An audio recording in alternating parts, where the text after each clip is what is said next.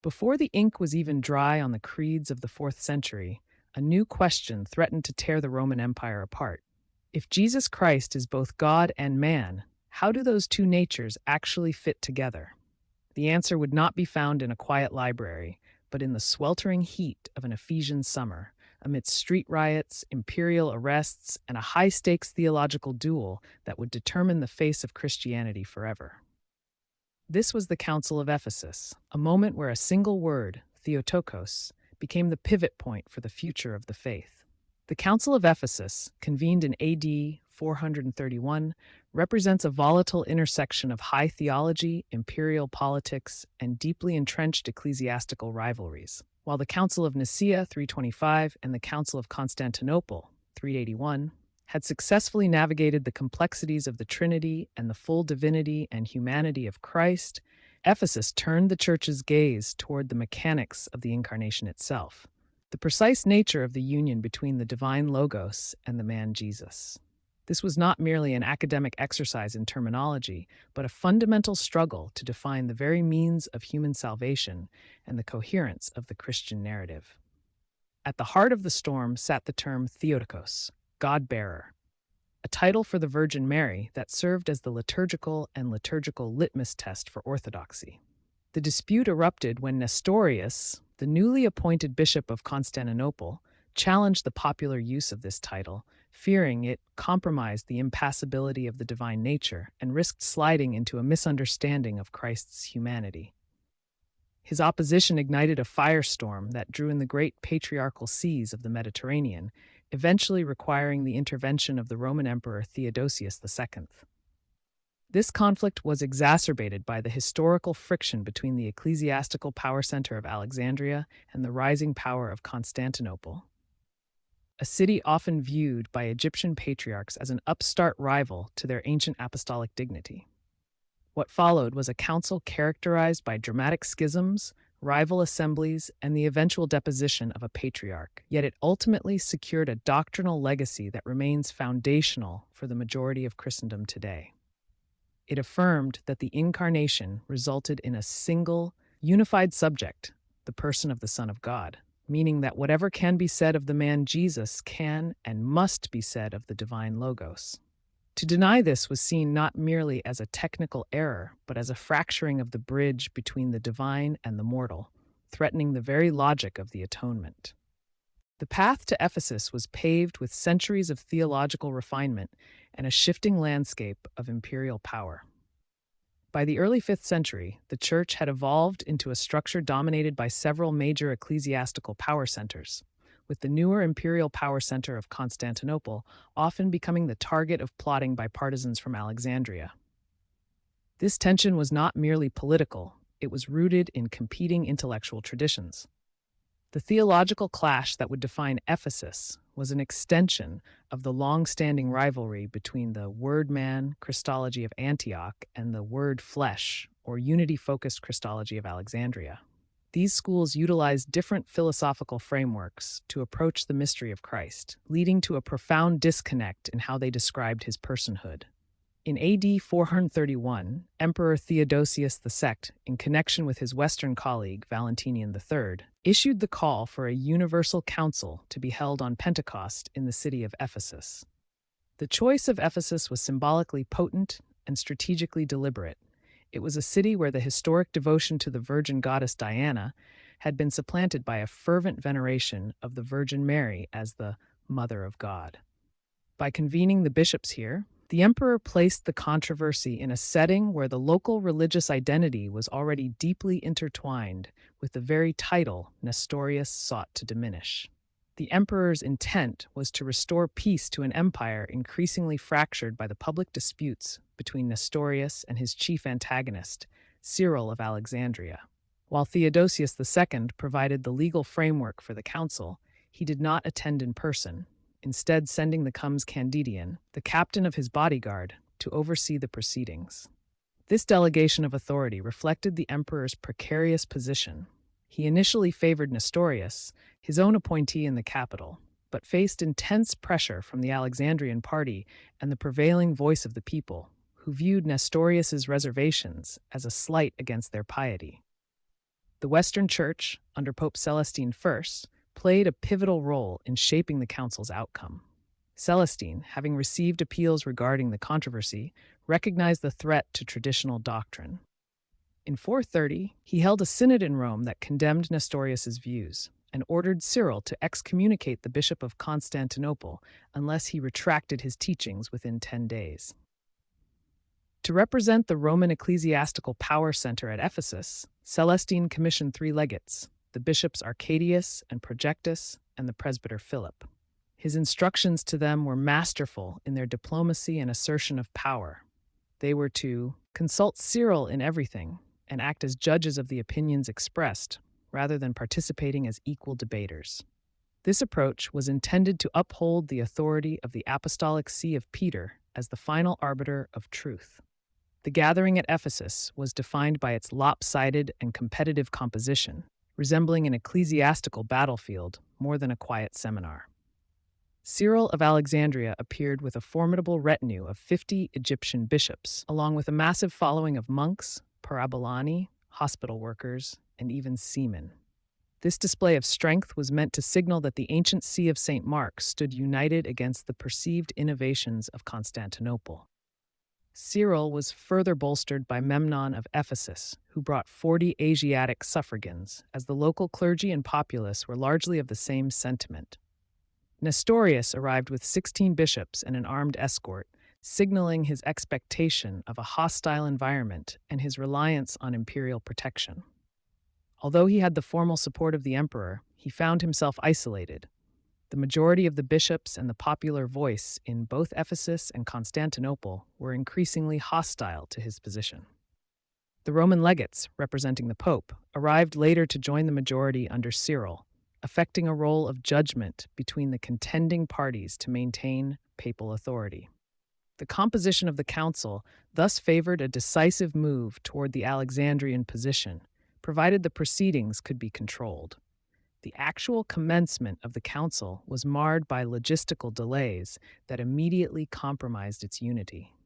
John of Antioch, a friend of Nestorius and a proponent of the Syrian theological tradition, was detained on his long journey with his bishops.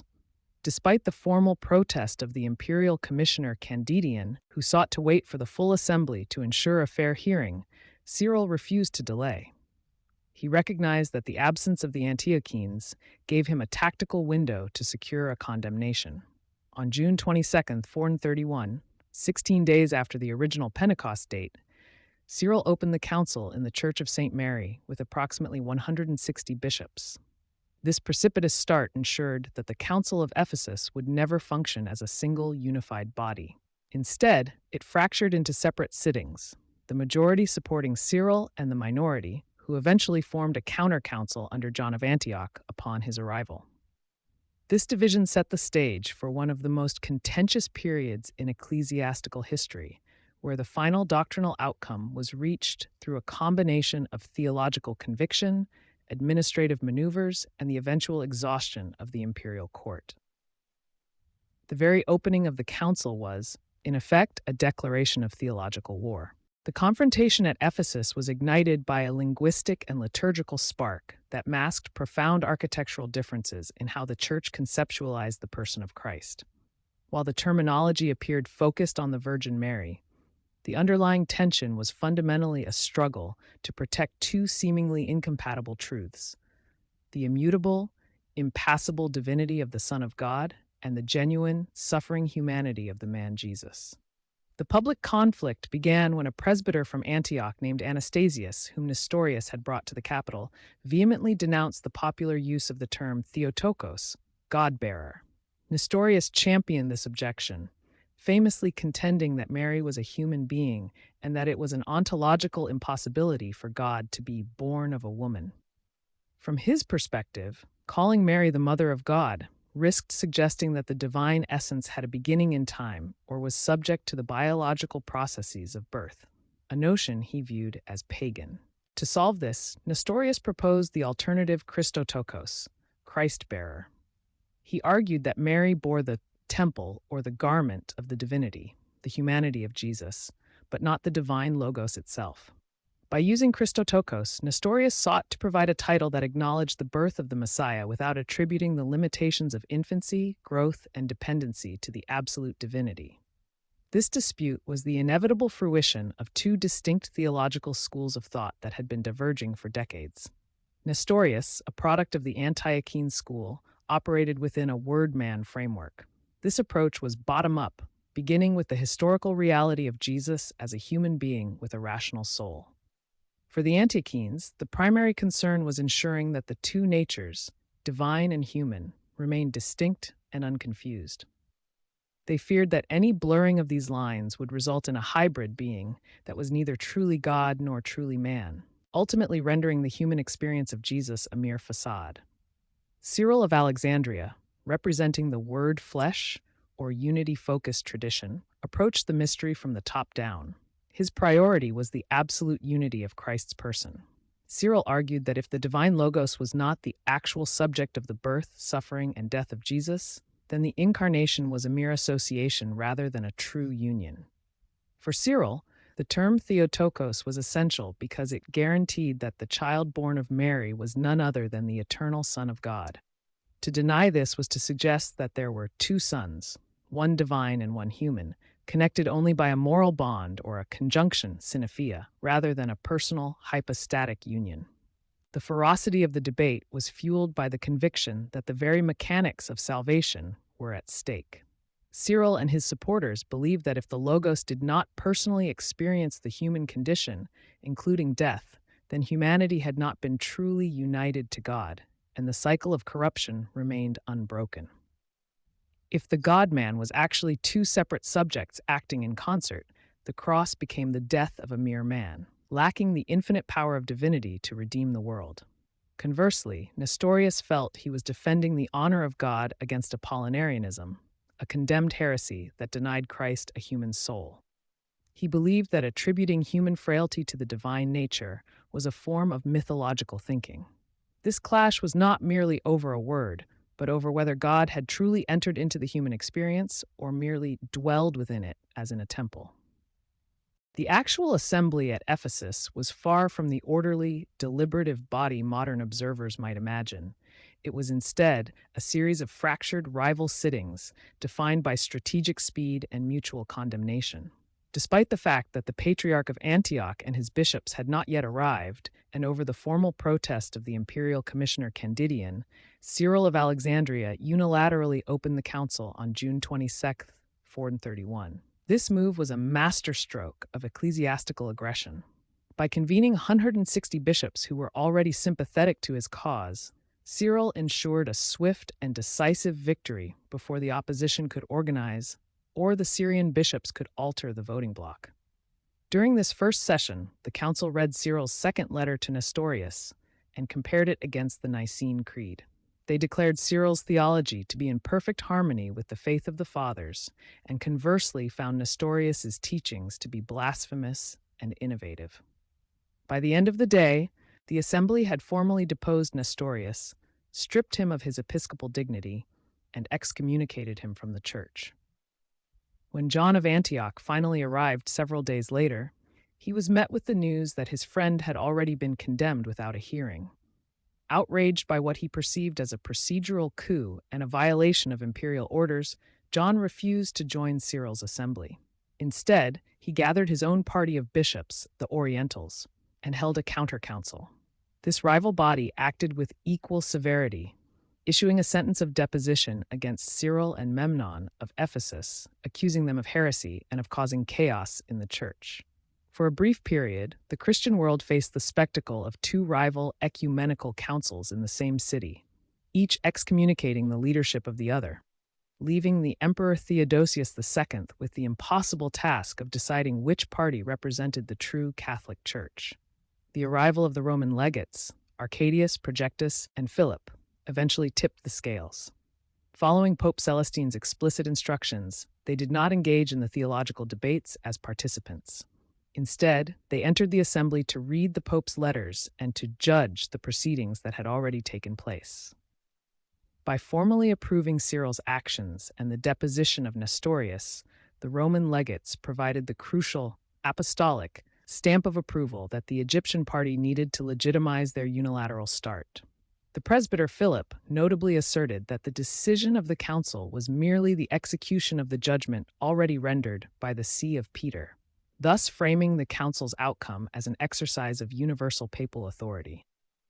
With Rome and Alexandria united, the imperial court was under immense pressure to side with the majority, leading to a period of intense lobbying and eventual imperial intervention. The deadlock at Ephesus transformed the city into a site of intense diplomatic and physical struggle. With two rival councils issuing mutual condemnations and depositions, the legislative process had effectively collapsed into a war of nerves and influence. The resolution of this crisis was not found in a sudden theological consensus, but in the slow grinding of imperial bureaucracy and the persuasive power of Alexandrian resources. Theodosius II found himself in an unenviable position. His representative, Candidian, had initially sided with the Oriental party of John of Antioch, viewing Cyril's early opening as an illegal act of defiance. However, Cyril was a master of political theater. Despite being technically under house arrest along with Nestorius, Cyril maintained a robust network of communication with Constantinople. The Egyptian patriarch utilized his vast wealth to influence the imperial court, sending what contemporary sources describe as blessings, lavish gifts of gold, textiles, and ivory, to key officials and the emperor's influential sister, Pulcheria. While often viewed through a modern lens as mere bribery, these actions were seen by the Alexandrian party as a necessary defense of the faith against a heretical bishop who enjoyed the emperor's direct protection. Beyond the palace walls, the theological conflict spilled into the streets. In Constantinople, the charismatic monk Dalmatius, who had not left his cell for 40 years, led a massive procession of monks to the palace to demand the emperor side with Cyril and the Theotokos. This manifestation of popular and monastic fervor signaled to Theodosius that supporting Nestorius would risk civil unrest. The emperor, whose piety was as notable as his indecisiveness, eventually succumbed to the pressure of the combined weight of the Roman papacy, the Egyptian hierarchy, and the voice of the monks. The ultimate stabilization of the church required a bridge between the rigid one-nature language of Cyril's more extreme partisans and the two-nature language of the Antiochenes. This bridge was not built at the council itself, but in the years immediately following. True ecumenical peace was secured through the Formula of Reunion in AD 433. After 2 years of negotiation, Cyril of Alexandria and John of Antioch reached a compromise. This document was significant because it adopted the Alexandrian term Theotokos, yet it also utilized Antiochene language to describe the unconfused union of the two natures.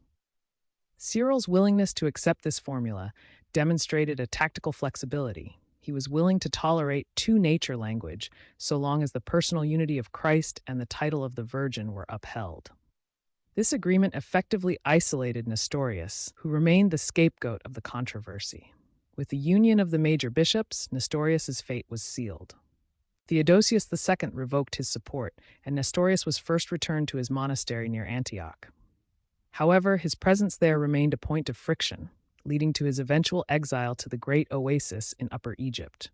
He remained there until his death around AD 451, writing his defense, the Bazaar of Heraclides, in which he claimed that the eventual theological definitions of the Church actually matched what he had intended to teach all along. The Council of Ephesus remains a paradox. It was a triumph for the unity of the person of Christ, yet it sowed the seeds of the first great permanent schisms in Christian history. The condemnation of Nestorius led to the alienation of a significant portion of the Syriac-speaking world. Those who felt the Council of Ephesus had unfairly maligned the Antiochene tradition moved eastward into the Persian Empire. This community, the Church of the East, often inaccurately called the Nestorian Church, became one of the most successful missionary organizations in history. By the 7th and 8th centuries, they had established bishoprics along the Silk Road, reaching as far as China, as evidenced by the Xi'an stele. Ephesus did not end the Christological debate. It merely shifted the battlefield. The Council's emphasis on the one nature of the Word incarnate would be pushed to an extreme by Eutyches, leading to the Robber Synod of 449 and the eventually corrective Council of Chalcedon in 451. Chalcedon would seek to balance the Ephesian victory for unity with a more precise definition of the two natures, a balance that still defines the Christology of the Roman Catholic, Eastern Orthodox, and Protestant traditions today. Perhaps the most visible legacy of Ephesus is the permanent place of the Virgin Mary in the Christian imagination. By dogmatizing Theotokos, the council ensured that any discussion was inextricably linked to his human birth, This elevated Marian devotion from a regional custom to a central pillar of the liturgy, shaping the art, architecture, and prayer life of the Church for over 1,500 years. The Council of Ephesus stands as a testament to the reality that in the history of the Church, the most profound mysteries of faith are often hammered out in the heat of political strife. It proved that for the 5th century mind, the question of who Christ was superseded every other concern of state or personal ambition. The Council of Ephesus reminds us that the theological truths we cherish are not merely historical footnotes. They are the bedrock of our personal relationship with the Savior. For the believer, Ephesus answers the most vital question of the heart. Did God truly enter into our brokenness? If Christ were not one unified person, the eternal Word truly made flesh, then the bridge of salvation would crumble.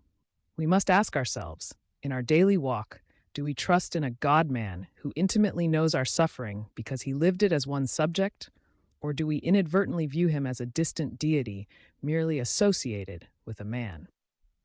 Understanding our history helps us guard the purity of the gospel. If you want to deepen your grasp of the doctrines that protect the majesty of Christ and the reality of your redemption, subscribe to the Theology Today YouTube channel. Join a community of believers dedicated to magnifying the name of Jesus through rigorous study and biblical reflection. Click the notification bell so you never miss a deep dive into the faith once for all delivered to the saints. Join us next week as we do another deep dive, but this time, the Fourth Ecumenical Council.